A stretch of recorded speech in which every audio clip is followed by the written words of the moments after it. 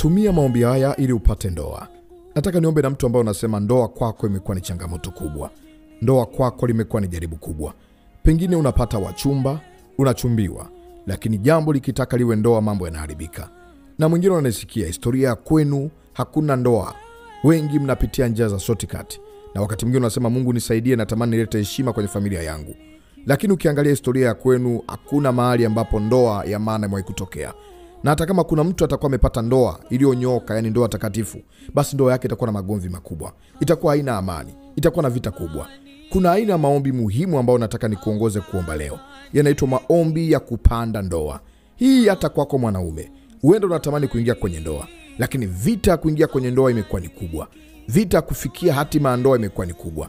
Unaweza ukapata mtu, wakati mwingine unakataliwa, wakati mwingine ukipata mtu uchumi unakauka, vikwazo vinainuka, majaribu yanakuwa makubwa, familia inapata mambo magumu, inafika mahali ambapo unashindwa kufikia hatima ya ndoa. Nataka niombe na mwanamke ambaye unasema kwamba mtumishi wa Mungu, nimefika mahali nimekata tamaa. Watu ni kama wanioni. Na mtu mwingine umri umeenda, unasema Mungu sijui itakuwaje, maana nimejikatia tamaa. Maombi ya kupanda ndoa ni maombi muhimu. Jambo lolote ambalo halijawahi kuwepo kwenye historia ya familia, halijawahi kuwepo kwenye kumbukumbu za watu waliokutangulia, manake ni ngumu sana kuweza kuota kwa sababu halijapandwa. Hivyo unahitaji kulifanya liwe mbegu ili liweze kuota. Na wewe leo utafanyika kuwa mbegu na utaenda kupanda ndoa ndani yako, ndoa itaenda kutokea. Kwa sababu kama katika asili hakuna chemichemi au hakuna mbegu au hakuna mzizi ambao unahusiana na mbegu fulani, ni vigumu kuweza kutokea mti fulani. Kwa kati ya vita ambao unaipitia ni kwa sababu kwenye misingi hakuna ndoa, hakuna agano la ndoa, hakuna mtu aliyewahi kuvunja madhabahu na kupanda ndoa ili wengine waweze kupita kirahisi. Tambua kwamba akipatikana mmoja ambaye amepanda ndoa kwenye familia, ni rahisi ndoa nyingine kutokea. Nakumbuka habari ya Lea pamoja na Raheli. Wakati wazazi wa Lea na Raheli walipokuwa wameletewa habari ya kwamba mtoto wao mdogo ambaye yeye ni mdogo amekubaliwa kuwa ni mke au amekubaliwa kupendwa na ndugu yao, ilikuwa ni ngumu sana wale watu kukubali kwamba mdogo aanze kuolewa kabla mkubwa, kwa sababu walijua kwamba mkubwa akianza kuolewa atakuwa amesababisha wengine waweze kuolewa, atakuwa ni mbegu ya kuwafanya wengine waolewe, na akianza mdogo itakuwa ni vigumu sana mkubwa kuweza kupata ndoa. Kwa hiyo walimlazimisha Yakobo aweze kumuoa ambaye alikuwa hamtaki, kwa sababu walitaka mbegu ya ndoa iweze kutokea. Nataka nikuonyeshe kibiblia kabisa kwamba tunahitaji kupanda baadhi ya vitu ili viweze kutokea kwenye maisha yetu. Na kukumbusha kwamba Mungu mwenyewe alitupanda sisi, lakini zaidi sana aliwapanda wana wa Israeli katika maeneo fulani, na alisikitika sana kuona mbegu ambayo aliipanda imebadilika. Ukisoma kitabu cha Yeremia sura ya 2, utaona Mungu anajaribu kuonyesha yale maumivu ambayo anayapata baada ya mtu ambaye au watu ambao walikuwa wanategemea wataweza kuwa mbegu njema wamegeuka. Kitabu cha Yeremia sura ya 2 mstari wa 21 anasema, nami nalikuwa nimekupanda. Sikia kwamba Mungu anaweza kumpanda mtu. Nalikupanda mzabibu mwema sana, mbegu nzuri kabisa, umegeuka basi kuwa mche usiofaa. Yaani umegeuka kuwa mzabibu mwitu. Kumbe kuna mtu anaweza kupandwa kuwa hivi na baadaye akageuka kuwa hivi. Mungu anasikitika kwamba nalikupanda wewe kuwa mzabibu mzuri, imekuweje umegeuka kuwa mzabibu usiofaa? Siku ya leo nataka niweze kukuombea maombi ya kupanda mbegu ya ndoa. Maombi ya kupanda mbegu ya ndoa ndani yako, ndani ya familia yako. Huenda asilimia ya watu wengi kwenye familia yenu huwa hawapati ndoa takatifu. Na mtu akipata ndoa basi hazai. Mtu akipata ndoa uchumi unaharibika. Mtu akipata ndoa inakuwa na magomvi. Ni kwa sababu hakuna mbegu ambayo imeota, mbegu njema ambayo inaweza kusababisha wengine wakafuata njia hiyo. Leo katika jina la Yesu ninakuombea ukafanyike kuwa mbegu njema. Huko mwingine unanisikia unatamani kuingia kwenye ndoa, lakini unakutana na watu ambao sio sahihi. Ni kwa sababu ndani yako aliyetangulia kuweka uharibifu au aliyetangulia kwako alipanda mbegu mbaya. Na ikumbuke jambo hili, kuna kitu ambacho huwa kinatokeaga katika ulimwengu wa roho, ambacho Roho wa Mungu wakati naomba aliwahi kunifunulia. Kuna maagano yanayotokeaga kipindi unakutana na mwanaume wako wa kwanza au mwanamke wako wa kwanza. Mnapokutana kuna namna katika ulimwengu wa roho mnaunganishwa, kwa sababu kuna agano ambalo mnakuwa mmeliingia katika ulimwengu wa roho. Kwa hiyo lile agano ni sehemu ya mbegu ya wewe kuja kuwa nani. Na ndio maana wana wa Israeli walikuwa wanazuia kabisa mwanamke asikutane na mwanaume yoyote ili asije kuwa mbegu mbaya. mbaya, na asije akaleta kizazi ambacho hakitaweza kuwa na matokeo. Ilikuwa ikitokea mwanamke ameweza kuwa na mwanaume mwingine, ilikuwa ni sharti apigwe mawe mpaka afe, kwa sababu atakuwa ameingiza mbegu isiyofaa. Lakini yote katika yote, nimekuja kukuambia kwamba neema ya Mungu bado ipo, na tunaweza kuvunja kila mbegu mbaya ambayo imewahi kupandwa ndani yako. Pengine uliwahi kutamkiwa maneno ya kukataliwa, pengine uliwahi kutamkiwa maneno mabaya kwamba utakuwa hivi, utakuwa hivi. Namuomba Mungu kwa neema Roho Mtakatifu akusaidie. Biblia inasema nami na kunitia moyo kwamba kumbe kuna uwezekano mkubwa wa kuileta mbegu njema. Neno la Mungu linasema kwenye kitabu cha Zaburi 126 mstari wa 5, anasema wapandao kwa machozi watavuna kwa kelele za furaha. Kumbe Biblia inatambua kwamba kuna watu ambao wakati fulani wanapanda kwa machozi. Huenda na wewe kuna machozi ambao unayapitia, na machozi hayo yanaweza kukufanya upande mbegu mpya na ukajikuta unavuna kwa furaha. Haijalishi umepitia hali hiyo kwa muda gani, haijalishi umekata tamaa na umri wako ukoje, watu ambao umeanza nao, watu ambao umekuwa nao wamekupita, wameolewa, wameoa, watu ambao ulikuwa nao wameweza kufikia mahali fulani, wewe umebaki pale pale, ni kwa sababu wewe ndani yako hakukuwa na mbegu. Leo ninakuombea kwa jina la Yesu, mbegu itokayo mbinguni iingie ndani yako, ilete chipukizi, likatokee chipusho jipya. Biblia inasema kwamba katika shina la Yese litatokea chipukizi. Kumbe kuna vitu vinatakiwa viwe mbegu kwenye shina, kuna vitu vinatakiwa vyote, kuna vitu vinatakiwa vitokee. Ili vitokee lazima kuwe kuna mbegu, lazima kuwe kuna shina. Leo nakuombea katika jina la Yesu, katika shina lako, katika mwili wako, akatokee mume wako, akatokee mke wako, akatokee mtu sahihi kwako. Ndani yako nakuombea kwa jina la Yesu, akatokee mtu sahihi kwenye maisha yako. Sema, Bwana Yesu, nimesikia neno lako siku ya leo, nakubali ya kwamba mimi ni mbegu, nami naomba nikawe mbegu njema katika jina la Yesu. Ninatambua ya kwamba ndani ya mwili wangu kuna udongo, ninaweza kupanda chochote na kikatokea. Ninakuomba Bwana Yesu, kupitia maombi haya nikapate ubavu wangu, nikapate mwenza wangu katika jina la Yesu. Na kataro ya kucheleweshwa, na kataro ya kukataliwa katika jina la Yesu. Bwana Mungu, nasema asante kwa mpendwa huyu ambaye ameinua imani yake wakati huu. Nami nasimama kila kinyume na kila roho chafu ambayo ilikuwa nazuia yeye kuwa mbegu njema. Kuna mtu ambaye ananisikia, mbegu ya ndoa kwako haikuwepo. Mtu akikutazama na kutazama kama mtu uliyezeeshwa, mtu akikutazama na kuona kwa sura ambayo sio kwako, mtu akikutazama na kuona kama mtu ambaye ufai, vazi la ndoa umekosa, ni kwa sababu hauna mbegu mpya ndani yako. Nami naua kila mbegu za adui, naua kila mbegu za maneno mabaya,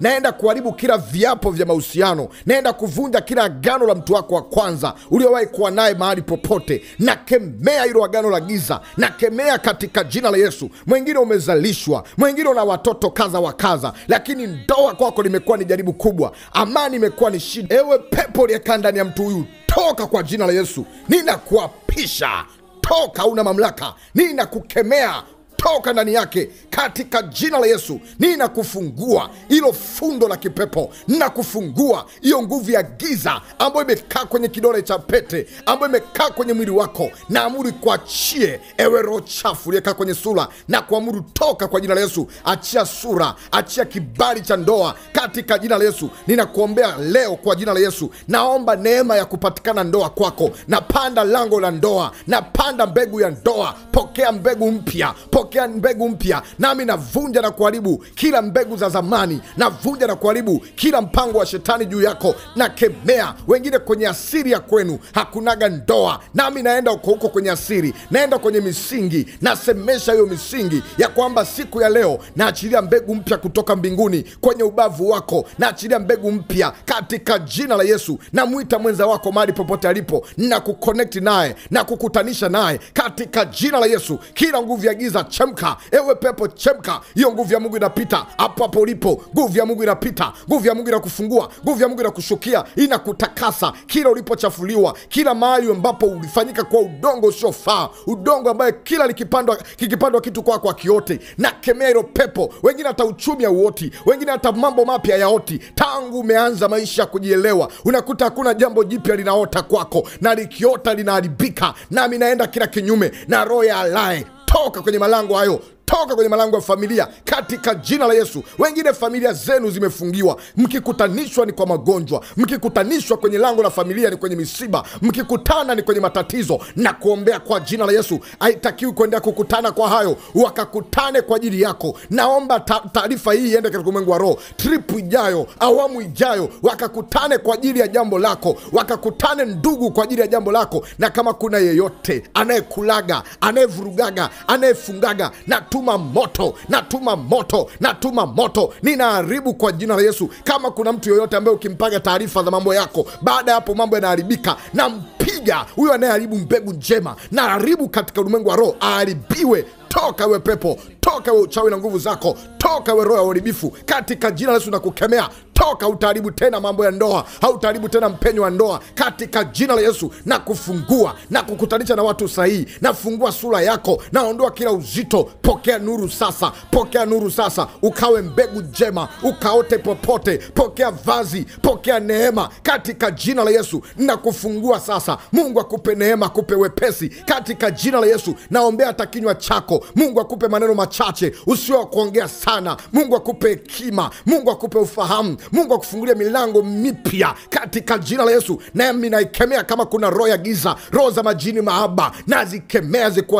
zikuachie kuanzia sasa. Wengine mliolewa na mizimu, mliolewa na miungu, mliolewa na madhabahu za kwenu, na zikemea katika jina la Yesu. Mlitamkiwa maneno mabaya na watu waliowatangulia, nafuta hayo maneno katika jina la Yesu. Utakasike sasa, takasika kwa jina la Yesu, takasika kwa jina la Yesu, takasika kwa jina la Yesu. Uwe safi sasa, usafishwe kwa jina la Yesu. Pokea nuru sasa, pokea uzima sasa, pokea ndoa sasa, pokea ndoa sasa, pokea mtu sahihi, na mvuta mahali popote alipo, akutanishwe na wewe katika jina la Yesu Kristo aliye hai.